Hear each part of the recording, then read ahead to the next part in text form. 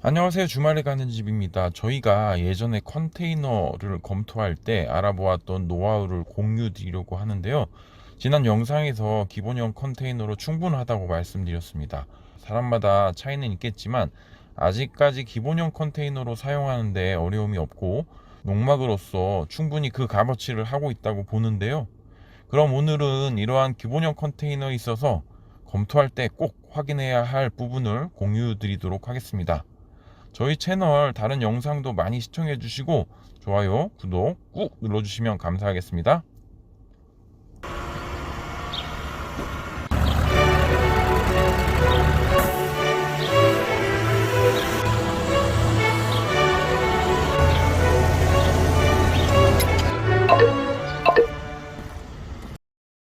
안녕하세요. 주말에 가는 집입니다. 오늘은 기본형 컨테이너를 검토할 경우 꼭 체크해야 할 부분을 이야기해 보고자 하는데요. 뭐든지 어떻게 만드는 게 중요합니다. 같은 컨테이너라고 해서 그냥 다 같은 컨테이너는 아니고요. 자재는 어떤 걸로 썼는지, 마감은 어떤 걸로 했는지, 또 어떻게 조립되는지 등등 이런 게 중요합니다. 컨테이너는 솔직히 주문하고 어떻게 만들어지는지 모르는데 저희는 여러 업체를 검토하면서 이런 차이가 있구나 이런 부분을 느꼈습니다. 자, 그럼 하나하나 알아보도록 하겠습니다. 이 사진은 컨테이너 골조가 만들어지는 과정이라고 보시면 됩니다. 딱 보기에 나쁘지 않아 보입니다. 저는 생각보다 깨끗하고 그래서 나쁘지 않아 보였습니다. 그냥 이렇게 가져다 놓고 사용할까? 하하, 안 되겠죠? 저 강판들이 다 녹슬어 버리겠죠? 아무튼 도색전의 컨테이너가 생각보다 예뻤다라는 느낌이 있었습니다. 다시 본론으로 돌아가서 컨테이너가 조립되는 과정에서 가장 중요한 게 있습니다. 바로 용접입니다. 철판으로 만들어지기 때문에 이 용접이 전체적으로 내구성을 좌우하는데요.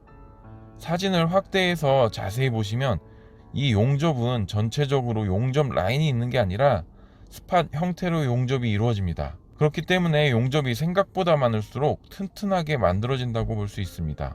측면은 그래도 괜찮지만 가장 중요한 부분은 또 천정입니다. 사진상에서 볼 수 있지만 용접이 라인은 아니지만 아주 촘촘하게 되어 있습니다. 특히 천장 부분은 이렇게 촘촘하게 되어 있는 것을 알 수 있는데요. 여러분이 컨테이너를 검토하실 때 이 용접 스팟이 정말로 많이 드는 곳을 꼭 찾아보셔야 합니다.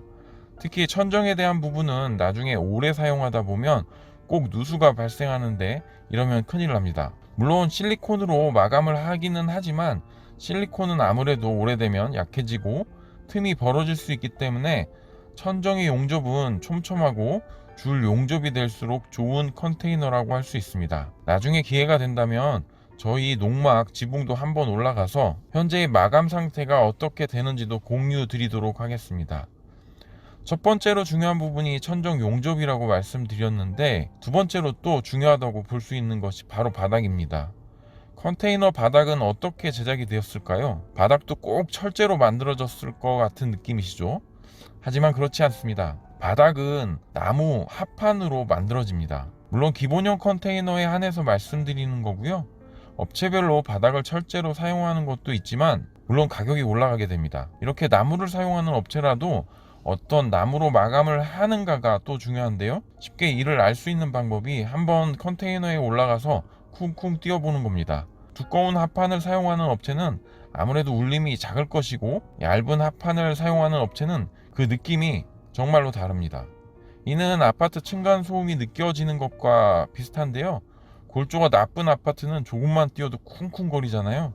이처럼 컨테이너도 바닥 합판의 두께가 중요합니다. 외부에 방치되는 컨테이너이기 때문에 오래 사용하다 보면 나무도 썩어버리고 약해지기 때문에 한 1, 2년 사용하기에는 어떤 합판도 무리가 없겠지만 오래 사용하다 보면 이러한 차이가 크게 느껴질 수 있습니다. 세 번째 중요한 부분은 실리콘 마감인데요. 실리콘 마감은 컨테이너에서 아주 많이 사용합니다. 처음으로 용접을 말씀드렸지만 이는 전체적인 골조에 대한 내용이고 실리콘 마감은 모든 자재의 접합에 사용이 됩니다. 문도 그렇고 창호도 그렇고 컨테이너 벽면도 자세히 보시면 마감은 다 실리콘으로 마감이 진행됩니다. 물론 지붕도 마찬가지니까 이 부분 꼭 확인하시면 좋을 것 같은데요. 근데 이 실리콘을 대충 쏘는 경우가 많이 있습니다. 이럴 경우 나중에 보수 공사가 많이 필요한데요.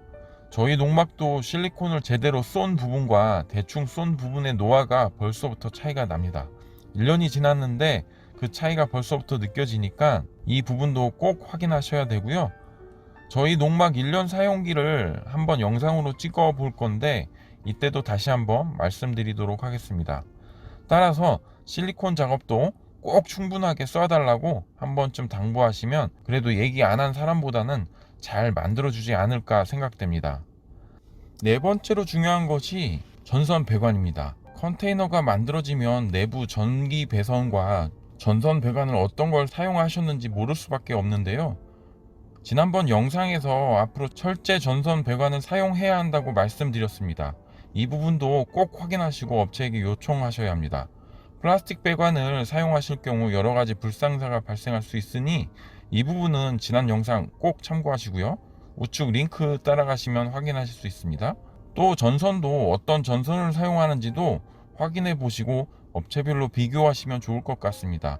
너무 얇은 전선을 사용하게 되면 아무래도 전기 사용 시 부하가 많이 걸릴 수 있으니까요. 마지막으로 바닥재입니다.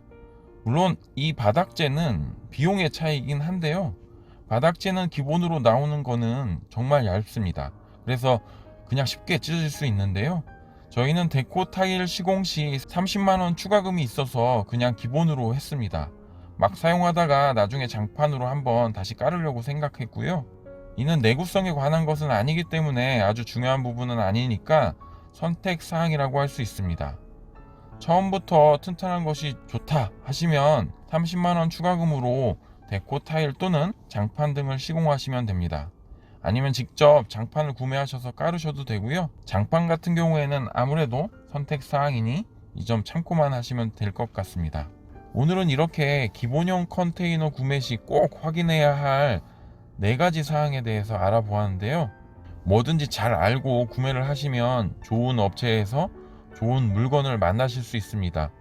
무조건 싸다고 좋은 것은 아니니까 꼭 여러 가지 정보를 잘 확인하셔서 좋은 컨테이너 업체에서 잘 만들어진 기본형 컨테이너를 만나셨으면 좋겠습니다.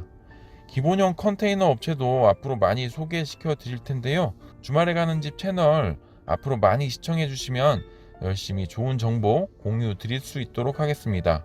오늘 영상도 도움이 되셨다면 좋아요, 아직 안 하셨다면 구독 버튼도 꾹 눌러주시면 감사하겠습니다. 이상으로 주말에 가는 집이었습니다. 감사합니다.